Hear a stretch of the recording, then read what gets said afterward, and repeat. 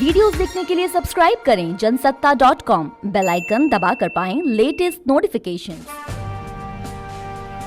Are पार की जंग में जमहूरियत के जश्न का दूसरा दौर आ गया है। नए बिहार की उम्मीद और पाटलिपुत्र के भविष्य के सुनहरे सपने हर बिहार वासी की आंखों से झांक रहे हैं। 3 नवंबर को 94 सीटों पर दूसरे चरण का मतदान है।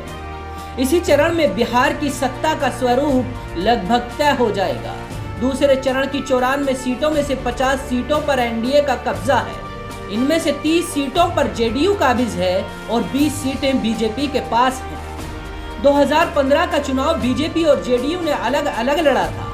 2010 में दोनों पार्टियों ने साथ लड़कर 94 सीटों में 82 सीटों पर फतह का परचम लहराया था। इस चुनाव में आरजेडी को सिर्फ 11 सीटें मिली और कांग्रेस 0 पर सिमट गई थी।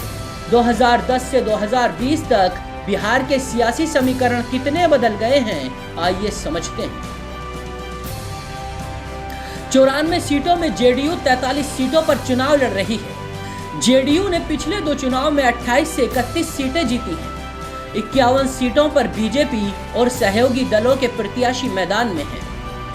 बीजेपी ने 2010 और 2015 के चुनाव में 20 से 26 सीटें जीती हैं। दूसरे चरण में आरजेडी के 56 प्रत्याशी चुनाव लड़ रहे हैं। पिछले 2 चुनाव में आरजेडी 14 से 26 सीटें ही जीती है।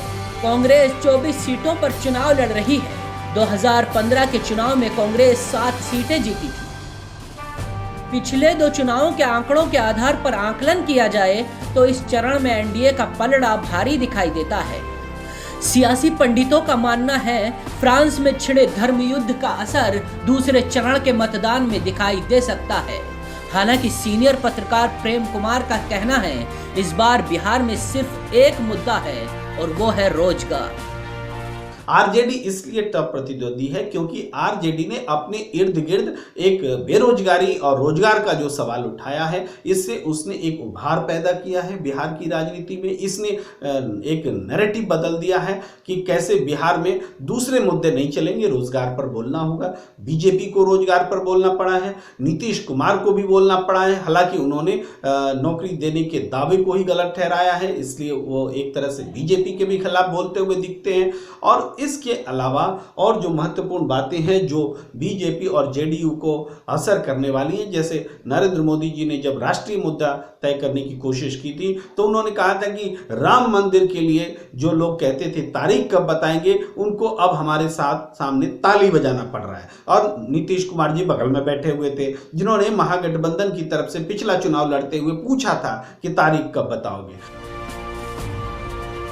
चुनाव का दूसरा चरण सभी पार्टियों के लिए एक चुनौती है।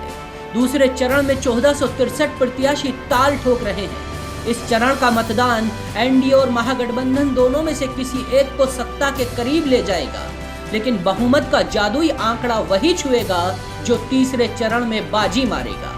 थोड़ा इंतजार कीजिए और बिहार में बिछी सियासी शतरंज के वजीर और बादशाह पर टकटकी लगाए रखिए, क्योंकि इस खेल की हर एक चाल मतदाताओं को गुमराह करने के मकसद से चली जाएगी।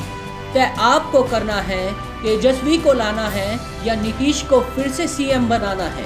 बिहार की किस्मत अब आपके हाथ में है। Bureau report, Jansatta TV.